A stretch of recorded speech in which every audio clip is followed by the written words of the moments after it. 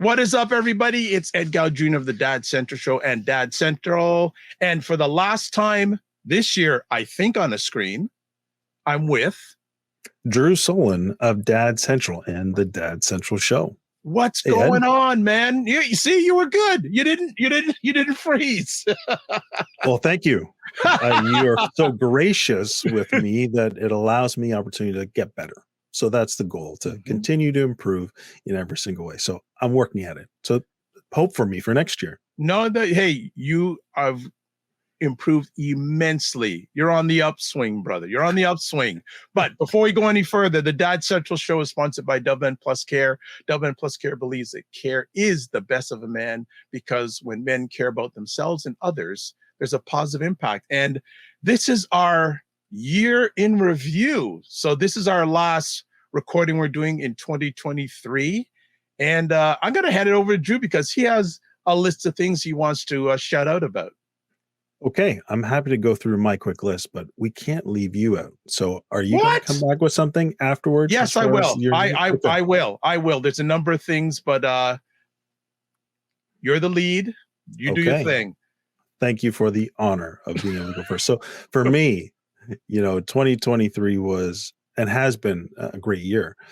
When I look back, we've done some things that I'm not sure that I knew we would be able to get all this done in this given year. So I just want to quickly highlight, back in actually March, we launched our brand new Super Dads, Super Kids Facilitator Training digital course. That's Super Dads, Super Kids has been around since 2009. It's the gold standard for the programs that help dads connect with their kids and improve their parenting skills. And we've trained hundreds of organizations on Super Dads, Super Kids, but all live or through the pandemic, virtual live training. So transition it to an on-demand course that people can get whenever they need, whenever they want, is putting that program in more people's hands and when they need it. And so that to me was really exciting to be able to get that launched. So that number one was fantastic. And we've seen people jumping into that. And so I'm excited that we got that done. The other thing we did is Father's Day came and we launched our new Dad Mentor community. Dad Mentor is about building connection between dads. Many of the times we hear dads saying we're isolated, we don't feel like there's anyone out there supporting us.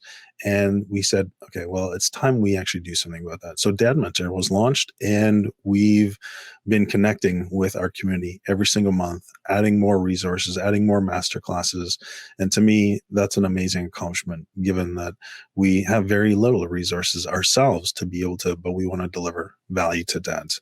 And I know we're doing that through our Dad Mentor community.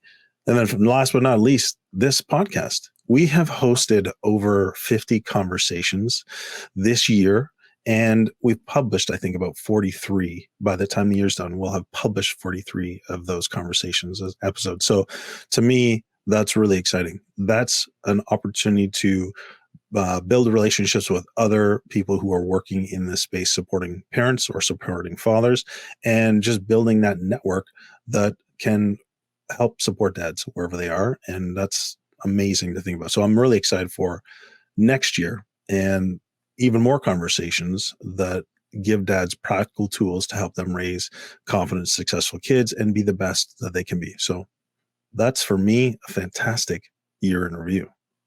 Okay. What about you, Ed? I have to follow this up? You knew that. Goodness. I'll do my best. You know what? I don't get good, I get done. And I'm coming with a glass half full, not half empty. I want to talk about various things, but I want to talk first about people. There are people who have made this happen. And I think first and foremost, I want to always shout out Brian Russell, who created the Super Dads, Super Kids program before myself. Andrew, he was the driving force behind Dad Central.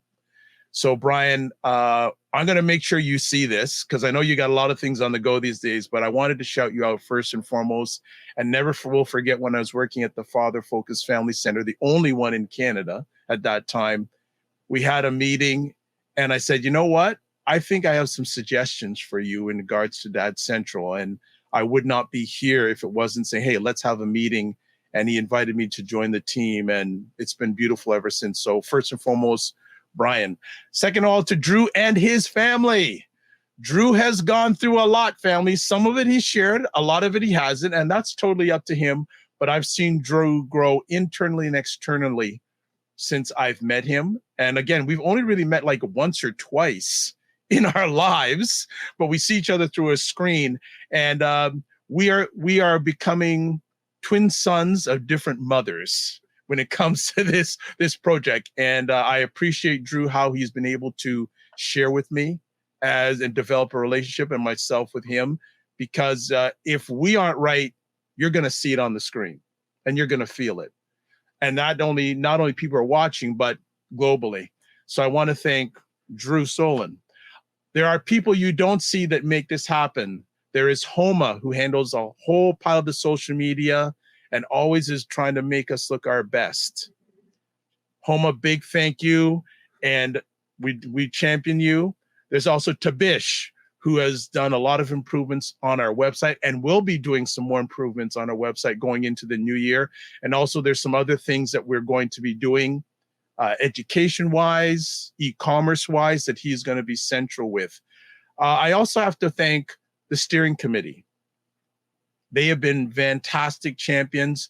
We hope that we will see more of them out in the new year. And our steering committee people been involved with Dad Central and Dads for a long time. So those are a whole bunch of people I want to thank. And I want to thank every person who took the time to be on the Dad Central show. They saw what we're doing, they believe in what we're doing, and they support, and we support them. So we want to personally thank you, each and every one of you, for taking the time out of your positive, productive schedules to help dads and their families all around the world. I also want to thank two other parties, Dove Men Plus Care. Yes, Dove Men Plus Care, who have been with us. Is it 2019 or 2020 now? 2020. 2020. And I will never forget. And many people say, how did you make this happen? Well, I saw something on a screen and I reached out to the other party I want to give flowers to in collaboration, Edelman, the Edelman team, to support what we do. So Dove Men Plus Care, everyone knows that brand. Well, their PR agency worldwide is Edelman. So they work in tandem. So they continually believe in what we're doing and support what we're doing. And they're going to be continuing in 2024. And then finally, I want to thank everyone who's watching or listening. You make this happen along with us. So we don't want to leave you behind. We're walking with you up, around, through, under, across this thing called fatherhood. So I want to thank all those people I listed. And if I left you out, it's my head, not my heart. But I think I covered enough people there. Anyone else I didn't cover? This is why we're a good team. I want to thank two more people, just specifically by name. One, Marco, you're fantastic. Yes. We're so Marco, appreciative Marco, of the work that you do and the support you give us in this show. And finally, I want to thank Lee Gibson. You got both those people in my head. Yes. The first lady of Dad Central. Yeah, Lee has been around since Dad Central, before Dad Central was Dad Central, and she knows the ins and outs of all the work that's been done over the 22 plus years. She has been a fantastic rock as far as being able to be the first point of contact for so many people who reach out to Dad Central, and her heart to serve and help others is something to be emulated. Another word that you use, because she is a fantastic example of how to go above and beyond in serving the needs of those that she supports. So to those two people, in addition to everyone that Ed named, thank you so much. And I would be remiss without saying, Ed, thank you so much for all that you do, all that you will do, and for our future in the show and continuing to support dads throughout the world. So thank you. I thank you. And it basically, one of the things I was blessed to encounter this year was this doesn't directly involve fathers, but indirectly it does. I had a chance to attend a presentation earlier on this year by a gentleman who used to be the vice president of worldwide operations of Volvo. And incredible guy, credible dad. And I said, you know what? what's something that I can take away from you? And you talked 2.5 hours about leadership and teams. And I think this also applies when you're a dad, you're a leader of a team, which is your family or your child. And he said, Dr. Vibe, when it comes to leadership and teams, all I want to do is score goals and get wins. And I want to say that to all the dads, all the caregivers out there, and even all the parents out there. We just want to help you score goals and get wins when it comes to parenting and especially fatherhood. Because when you have a good team, they cover your blind spots. So I just want to leave with that. I want to wish everyone a great holiday season. Drew, I also want to thank one other person, your partner. I want to thank Kristen. You mention her all the time, so we have to hail her up because she keeps you going and she keeps your amazing family going. There isn't a long enough show. Appreciation. And my partner too. That's true. So we and you know, it's just interesting because as I think more and more, we could go on forever. As Drew asked me, you know, he always asks me what I'm up to. I said, I can't keep up to you, Drew, but the things I drop, and now I'm doing some heart work with African refugee parents and African refugee fathers. So that's another realm. So our impact, we never know where it's going, but it's always growing. Whether it's through this show, through our teachings. And, you know, this year, Drew allowed me to go out and do some training and getting out in the field with fathers. And those moments were amazing. So, you know, let's speak it. We get out there more, whether it's on your screen, on your phone, on your laptop, in person. Let's do this together, family, because we want to have a positive impact on the future through fathers and their families. Absolutely. And that is something that we're really excited about for 2024, continuing the growth of the show, as well as the growth and impact of the work we do at Dad Central. So I'm looking forward to it. And you've got company. So we're gonna end it out because Drew's got company, house company. Well, that's baby Eliana. Who there you go. Under the weather, so she has had a fever for the last little bit, and so okay, we're nursing her back to health as well as nursing ourselves back to health. So, you know, that's the way it is at the end of the year, and getting ready for a great start to next year. As always, we want to thank Dove Men Plus Care. And they sponsor the Dad Central show because Dove Men Plus Care believes that care is the best of a man, because when men care for themselves and others, there's a positive impact. And as always, if you want to get in touch with us, that doesn't stop over the holiday season. You can email us at podcast@dadcentral.ca. You can listen, watch replays of these epic conversations, dadcentral.ca/podcast. And then website, dadcentral.ca, with a lot of free resources. As always, we're going to finish off with 2 things though this time. Make sure you don't just manage your time, manage your energy. Make sure you give yourselves grace. And we're going to finish it off with a montage of highlights of some of the epic conversations that we had in 2023 on the Dad Central show. Looking forward to seeing you in the new year. Have an outstanding holiday. God bless. Peace be all. Keep the faith. Walk good. And we'll see you soon. Like, my father would just look at me with that evil stare and I would immediately jump into action. And you look at your kid with the same evil eye and they don't budge. They don't care. And you were like, what? The look. The look doesn't work anymore. Hey, my dad is still down with me. Right? And you're like, hold on, this is how the system works. But I'm yet to meet an older, wiser person who won't answer this question. What do you wish you would have known when you were my age? Damn. And everyone wants to answer that. Let me save you some stupid tax. Let me help you not do what I did.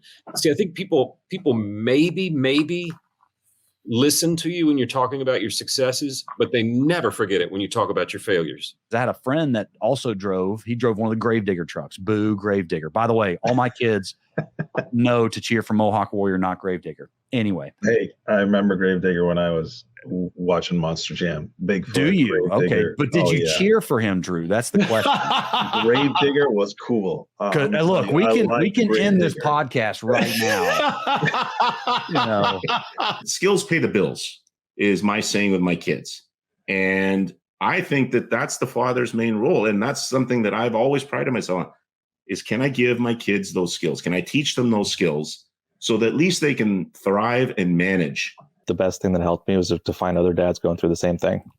Find your tribe. They're out there. The people who want to connect. If you haven't got that strong, group of guys who've stuck together since, college or whatever, like it's very hard to find that community as a middle-aged man. If you don't see that community out there, start building it, because there's other guys who want to be connected. What happened at Manassas that first year is that I got taught by an 18-year-old kid from the hood that if I'm going to be successful as a coach and a mentor and a father and in any other aspect in the world, is I've got to be motivated not by what that work does for me, but by what that work does for everybody surrounding me. And then the payoff is you get 100 times more out of that than what you put into it. Sometimes the communication is not great. Sometimes, there are raised voices, and sometimes, your wife's cross with you or you're cross with your wife. But I think communication of any type is better than no communication. I think relationships die from neglect when you just can't be bothered to communicate anymore. Anytime anybody wants opinions about paternity leave, I'm very firm on the necessity for that almost. Not necessarily for the mom, but for the dad. If you do that, you're making an investment in the commitment that you're going to make to your child for the rest of your life. We can get so hung up in, we have to be here at this time and do this today and this. And I mean, again, I am incredibly guilty of this myself. But when you give yourself that permission to be able to say, like, all right, I don't go to the grocery store today and I go tomorrow. If I don't get this done today and I do it in 2 days or whatever, like, it's what's the worst thing that happens? Like, it's okay. But a number of dads have never been exposed to connection. They don't know how to do it because they've never experienced it. Absolutely. They were not allowed to be who they are. They were expected to be the man of the house. They were expected to follow in the footsteps. They were expected to go to school, go to college, get a degree, be the earner of the family. They had to figure out a way to make it work. Why can't their kids? Do you still hear that? Are you hearing that consistently along your journey? Yes, 100%. It's exhausting to pretend.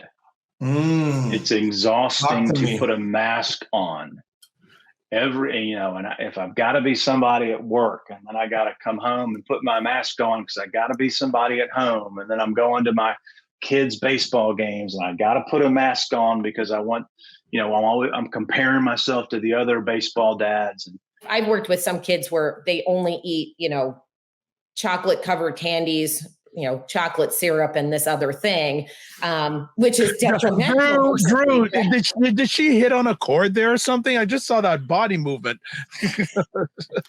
Look, my mom was also a strong advocate of healthy nutrition, and it's something that maybe when you left your child in a huff of anger, that's what they're left with. And so unless you go back and change that may linger with them, because have some residual challenges.